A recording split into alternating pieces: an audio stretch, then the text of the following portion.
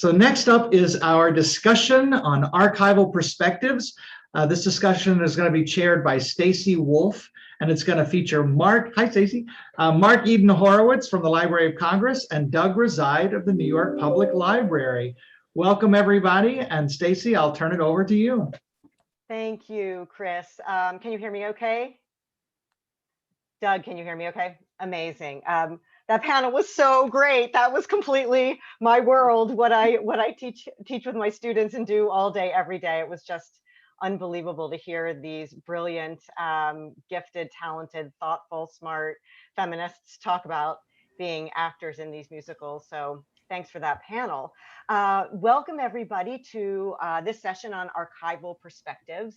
And thanks so much to the conference organizers for planning and executing this event, and for programming time to hear from these incredible people who oversee really important collections. I'm Stacy Wolf. I'm a professor of theater and American studies, and I direct the program in music theater at Princeton University. And I'm delighted to be moderating this short conversation with Mark Eden Horowitz and Doug Reside. I will introduce them briefly, and then we'll go right into questions. Mark Eden Horowitz is a senior music specialist at the Library of Congress, where he's been archivist or co-archivist for many collections, including those of Leonard Bernstein, Vernon Duke, Ella Fitzgerald, Cole Porter, and Hal Prince. Among the collections he's acquired for the library are the papers of Howard Ashman, Marvin Hamlisch, Jonathan Larson, Arthur Lawrence, and Janine Tesori. He's the author of the book Sondheim on Music, which is an amazing book, incredibly important. And for 10 years, he was the contributing editor for the Sondheim Review. Mark has taught the history of musical theater at Catholic and Georgetown universities, and he's also been a guest at Princeton, much to my delight and my students' delight.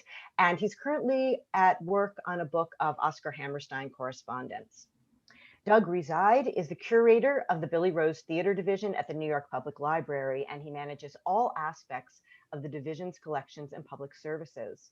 Prior to joining the New York Public Library, Doug served on the directorial staff of the Maryland Institute for Technology in the Humanities at the University of Maryland.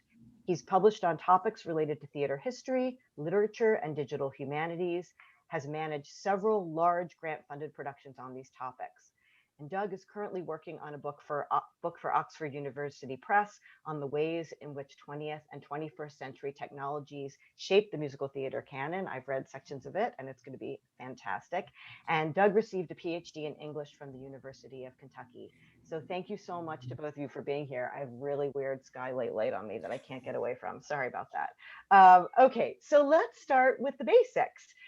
What is your job exactly, and what are the collections you oversee, and how does that work? Let's start with Mark. My job, there are basically four parts of my job. One, I acquire both collections and items for the library's collections. I do reference, I do processing of collections, and then I get to do special projects, and those can be producing concerts, exhibits, video interviews. So those are sort of the four parts of what I get to do. And I don't know that it's fair to say I oversee any collections. We are all sort of share them, but the collections that I feel the most proprietary sense about, they include everything. Or very narrow things. You know, the Richard Rodgers collection is just his music manuscript, sketches and fair copies, and Robert Russell Bennett full score orchestrations, whereas the Bernstein collection is every piece of paper Lenny ever touched. It's about 400,000 items, and not only paper, but the suit he was married in. So as Doug knows, each collection is, I want to say very unique, but my wife would get upset for that improper grammar. So each collection is unique. That's great. Doug, what about you? Yeah, so the Library for the Performing Arts is part of the New York Public Library system. So there's the sort of main system that has our 88 branches that we serve as the Public Library of New York. And then there's 3 research centers: the Schomburg History for Black History and Culture, the Schwartzman Building, which is essentially the Humanities Library, and then the Library for the Performing Arts. And then within the Library for the Performing Arts, there's 3 divisions: theater, music, and dance. And so I'm in charge of the theater stuff in the Library for the Performing Arts, and theoretically for the library generally. So much like Mark, I bring in new collections, which is what we call acquisition. I do a little bit of reference, although I have a great team that does most of the reference. There's a staff of about 10 librarians and technical folks who provide reference on our reference desk and recently online and in video conferences and that kind of thing. And then like Mark, I do special projects is a good word. Everything from curating exhibitions, producing public programs, doing websites, blogs, that kind of thing.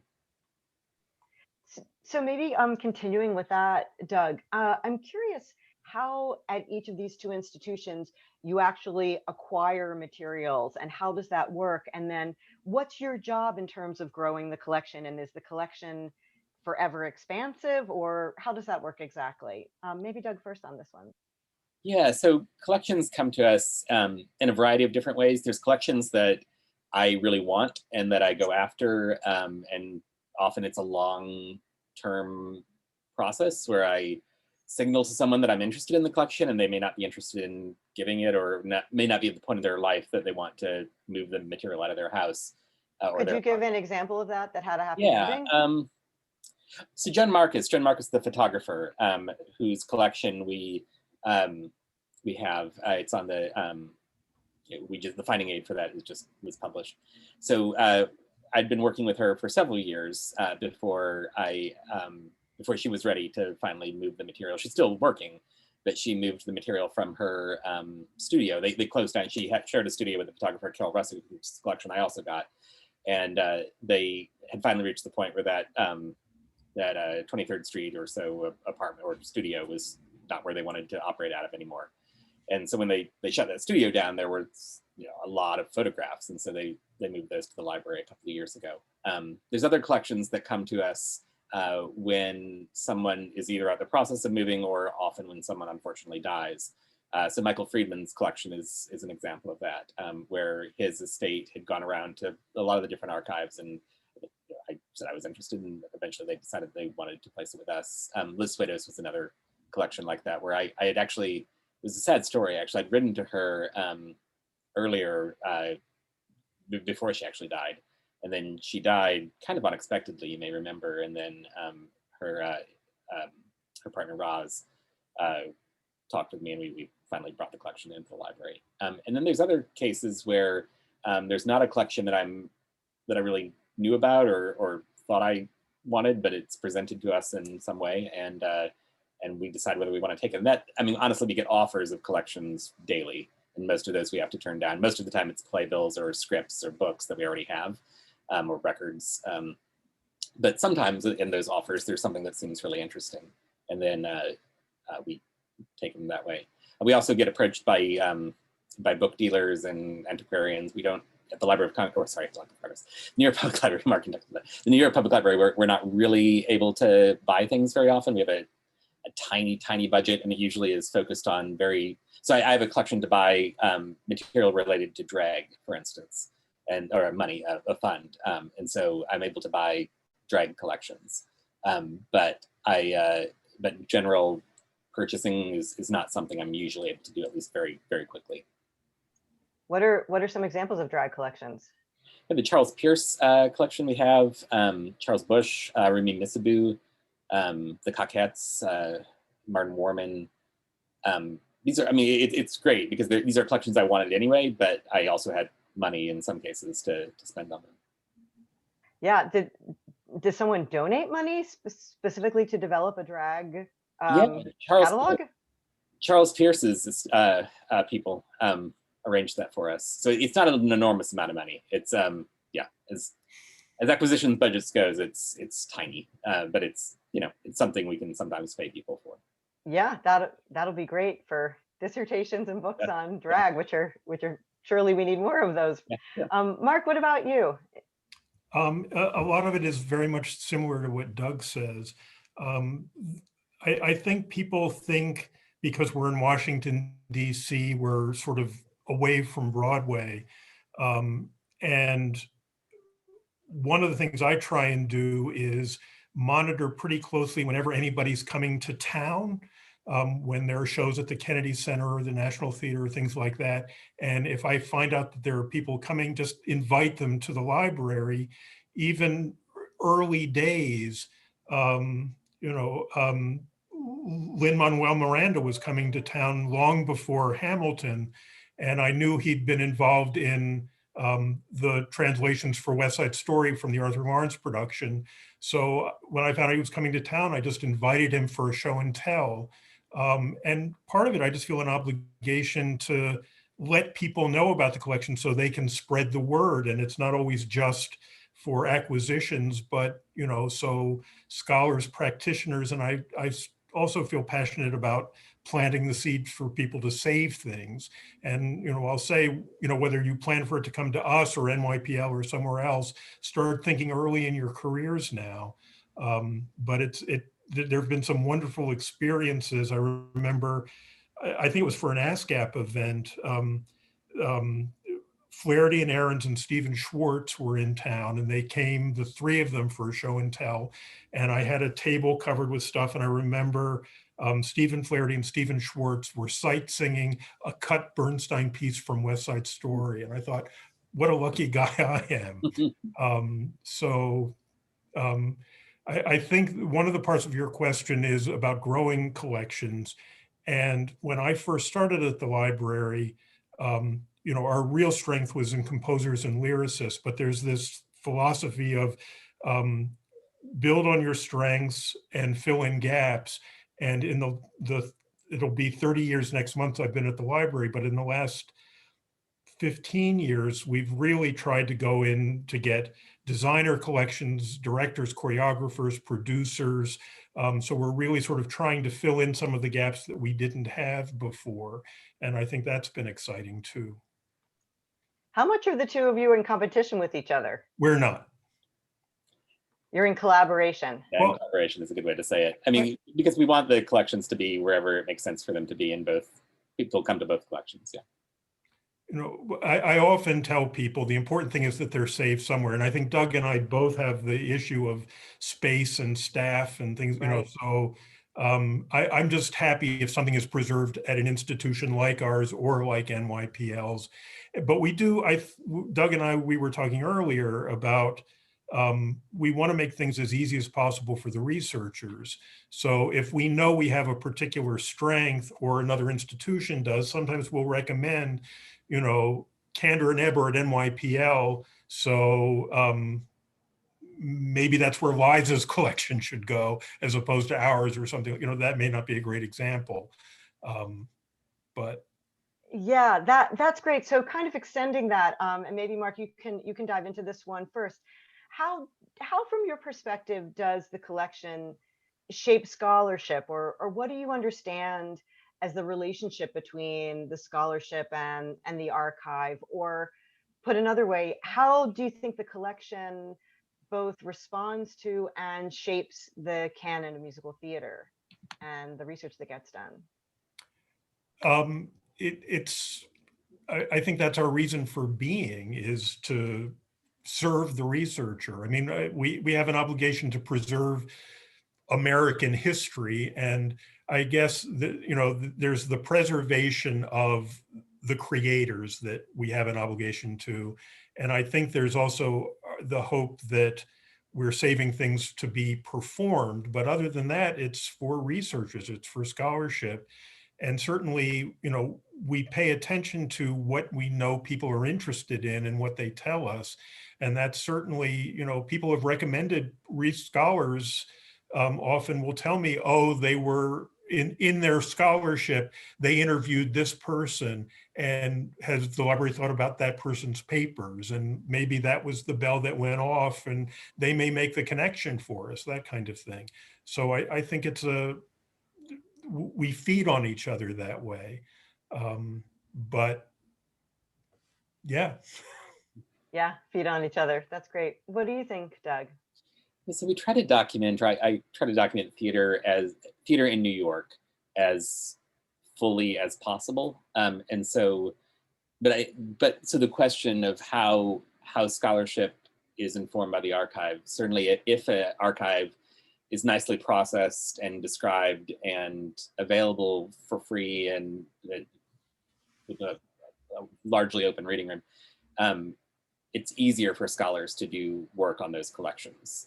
So I know that whatever I bring in will likely make scholarship in that area easier. And so the tricky thing is to try to make sure that we are collecting as comprehensive. You can never be comprehensive, but as broadly, I suppose, as possible within the general scope of our collecting mandate. And so for me, other divisions in the library have a much more national or even global scope for their collecting. I feel like if we just documented everything that happened in New York fully, we would still blow up our storage. And within New York, we still have a lot. I mean, there's a lot of different kinds of theater that happen in New York, and so you get an enormous amount of diversity just with that fairly tight scoping. And it's not something that I hold to that tightly. Like there are certainly cases where we've collected from other areas of the world, but yeah. So I guess to answer your question, I do think obviously our collections inform scholarship, whether we like them to or not. Yeah. So maybe jumping off from there, and Doug, you can start first with this. How, in your observation, do people use collections? How do people come to the library? And how would you recommend they use the collection, since you're up close and personal and also have the advantage of historical experience and breadth of experience?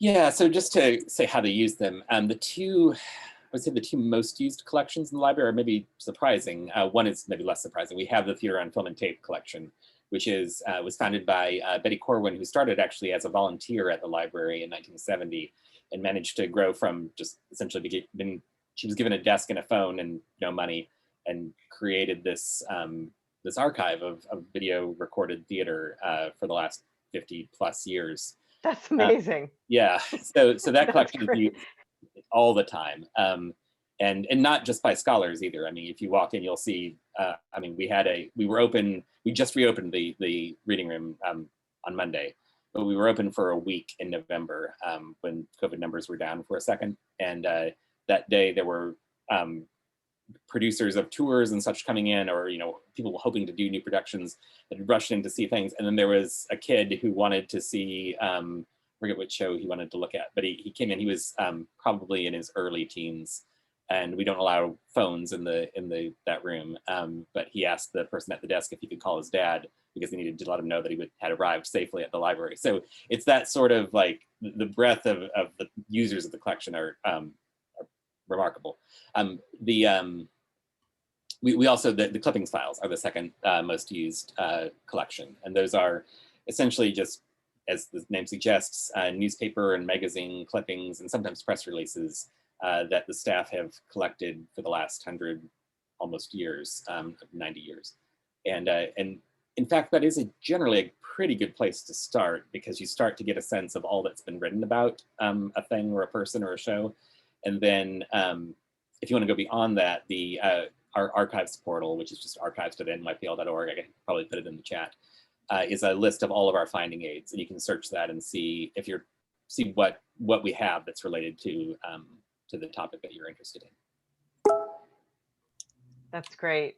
Mark, what's your observation about how people use the collections and how you'd like to use them differently or better? One of the best things and the worst things about us are the same thing, which is we're so large that there's always somewhere else for somebody to look for something. Just our division, we estimate our holdings at, I think, 24 million items, divided between our general collections and our special collections. I think the thing that frustrates me most is how much is missed because people come with a preconceived idea of what they want to research. And I know there are all these just veins of gold waiting for somebody to discover if they can just browse through the collections. It's the things you don't know about that are fascinating. It's the things you sort of just assume or do know about coming in that it's not that they're not interesting, but you know, they tend to have already been heavily investigated or well investigated, when I know, you know, there's so much else. And people also, I think, and it's all because of time, but I think they limit themselves very narrowly to often a collection, when so many of our collections interact in ways that people would be surprised at, and would find valuable stuff if they were able to take the time. And if I can take a minute, I have one example. I've been working on all this Hammerstein correspondence, and it turns out that Hammerstein was personally an investor in Gentlemen Prefer Blondes and acted as something of an advisor to the producer Herman Levin. And this is a letter he wrote to Herman Levin in 1950. Dear Herman, I saw Gentlemen Prefer Blondes for the second time last week and enjoyed it very much, but there is one blot on it so easy to remove that I don't understand why you haven't done something about it. After Channing finishes Diamonds Are a Girl's Best Friend, there is only one possible thing to follow with, a blackout. If Helen Hayes, Ezio Pinza, and whatever stars you can think of made an entrance following that number, nobody would listen to what they had to say. How then can you expect them to do anything but cough as they do? Immediately, they see two subplot characters stroll on to play an unimportant scene and follow it with a reprise. Believe me, Herman, the show falls from one of its highest peaks to one of the lowest valleys in the space of a split second when these two people enter, and a lull is nothing to introduce when you are approaching the end of your second act. I imagine that the original purpose of this reprise was to plug the song, but this is a very expensive plug indeed, and an unfair burden to impose on a musical play. The songs are there only to serve the play and not vice versa. If I seem didactic and pompous about this, I am sorry, but it is an offensive thing to me as a showman to see so unnecessary an excrescence on so agreeable a surface. Please forgive the intrusion. It's a gesture of friendship to you all.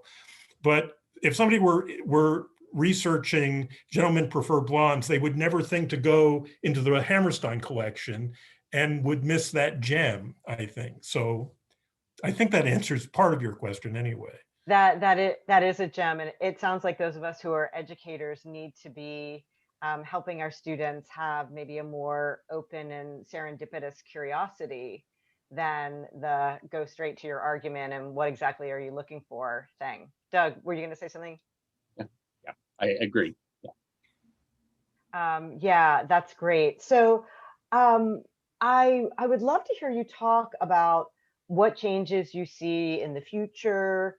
What are your priorities in terms of the archive, and what would you like to see happen going forward? And I also actually I'd like to tie in a question that Scott Warfield posed in the Q&A, which is great. Do you ever acquire materials that come with restrictions on access? For example, a donor who does not want certain papers or objects to be available for a certain number of years because of potentially sensitive or controversial topics? Does continuing copyright for financially successful properties also play a role in limiting access to any materials? So these are kind of all about the future and who has control over stuff. It's a great question. Doug? Yeah, so we do accept things that have embargoes on them. We don't tend to, it tends to be all or nothing, because we don't want to have, you know, sort of a special class of researcher that gets to see things and then others that don't. So, and we try to steer people away from putting on embargoes on things if they're, you know, if they're not ready to give something, then in many cases it's probably not best. It's probably not the best use for our shelf space, which is tight. But that's not universal. We certainly do have restricted collections that people can't see for a while. As far as copyright goes, that mostly affects what we can put online. Certainly the Theater on Film and Tape Archive is a collection that I and so many other people would love to make more widely available throughout the world. But the agreements that Betty was able to arrange through very difficult negotiations with the unions and guilds back in the 70s really restrict the use of that particular collection to to more or less that one room. We've been able to push on that a little bit, but it still is, it's an archival collection that's meant to be seen by the copyright holders in that space. That said, we do also occasionally get copyright along with the collection. That happens rarely, but for a lot of our early photograph collections, not even that early, Martha Swope and Friedman Abels and Florence Van Dam, they or their estates gave us the copyright to their photos along with the photos themselves when they made when they put the collection into the library. And so as a result, we have hundreds of thousands of theater photographs that are available online on our digital collections page, and I can put the link in the chat for that as well. And that, to the point of what's coming up next, the library has recently decided that with any capacity, any way that we have a choice to digitize things, there's some things that we have to digitize for needs of conservation or exhibitions, or by photo orders where someone needs to buy a photo for a book cover or something like that. But where the library has a choice to prioritize, we're prioritizing collections related to the Black experience for the next 3 years. And so I've identified about 7,800 photographs from our Friedman Abels collection that I'm hoping we can digitize, but that are written by, directed by, or choreographed by, or where written also includes composed by Black artists. So hopefully that will be available in the next couple of years. That's so great. Thanks. Mark. Which question am I answering? About the future and your priorities, and about copyright restrictions or restrictions on collections. We do sometimes accept sealed things. The most interesting example, about 10 years ago, the Bernstein estate gave us about 1,200 to 1,500 letters that had been sealed in a bank vault, described as too incendiary, and about a third of them related to Lenny's sexuality. And they gave them to us with the understanding that anyone who was alive who had written a letter to Lenny, those letters would be sealed until that person died. So most of them came unsealed, but every year I call or email the Bernstein office and who died in the last year that we can unseal those letters. I think the biggest concern we have for the future is some of the best stuff that we collect isn't being created anymore. And we're trying to figure out how to deal with that. Correspondence, who writes letters? We've talked to some people about save your emails, but the practicality of that and how to serve that, there are a lot of issues about that. And very few composers are writing music manuscripts anymore. And while you may still have the final version, losing sketches, which is one of the most fascinating things musically that I see, seeing what Rogers erased on his first sketch for Oh, What a Beautiful Morning is, there's nothing like it. And I fear that that's being lost. The one thing that's partly making up for that is how many collections are now coming with audiovisual materials. The Jonathan Larson collection came with over 400 recordings he made himself of him performing his own works, so that's the change I see. Yeah, I think this is probably exactly how collections will reshape scholarship. Yeah. Based on what is and isn't available. Okay, we have 2 minutes left, so maybe each of you could do a 1-minute blurb, sales pitch about the projects that you're working on now, your books. Mark? I took a year's leave of absence to go through the Hammerstein correspondence. There's about 10,000 letters in the Hammerstein collection. And one of the great things about that collection is he kept carbons of his outgoing letters. Out of those, I transcribed 4,500 letters. About 900 of them, I think, will appear in a book. But for research and scholarship, the deal is 2 years after the book comes out, the library plans to put all of them online, because there are so many things that are related to the history of musical theater, but aren't so much tied to Hammerstein himself, minutes from ASCAP meetings and things like that. So I think for scholarship, I'm very excited that all of that will be available. So that's my... That is so awesome. Okay, Doug, Dom, I see you there, but I'm going to let Doug answer this question. I hope that's okay. That's great. So my book just looks at the way that the canon of musical theater has been formed, I argue, by the technologies of the 20th and 21st centuries. It should be out, I hope, in December or so. You can have another 30 seconds, Doug, honestly. I just popped up so that, I'm sure my camera's working, so carry on, honestly. That's kind of it. I mean, I look at the... No, Doug, talk a little bit about the specific chapters. Okay, so the first chapter looks at printing, and you would think that printing would sort of be solved by the 20th century, but the particular technology that allowed books to be printed both quickly and cheaply emerged right around the time that, oh, and this is one of those moments where a title goes out of your brain. The first musical to win the Pulitzer Prize that begins with an O. Of the Thing, thank you. That was electrotyping had just been created at that point for the particular type of electrotyping. Anyway, you can read it about in the book. And then it goes on to look at the technologies of audio recording, video recording, and bootlegging, and a little bit on photography and digital promotion. So the one of the first video bootlegs was created in 1971 or so. It was Lovely Ladies, Kind Gentlemen, and it was recorded on the last night with a guy that had a actual VCR, a TV, and something else strapped to his waist under his coat. And the camera was separate, actually, so it plugged into the VCR. And he was apparently looking through it to film the last 40 minutes of the second act or whatever. And it was the closing night of a failed show, so nobody cared. But. Thanks to both of you so much. And again, thank you, Dom and Renee, for planning this panel and inviting me to moderate. It was a real pleasure. Thank you. Well, thanks so much, Stacey, for doing that. And thanks, Doug and Mark, for taking part. For anyone that's never met either of these people, please, Mark and Doug, please do get in touch with them if you have research interest. They're incredibly supportive and facilitative.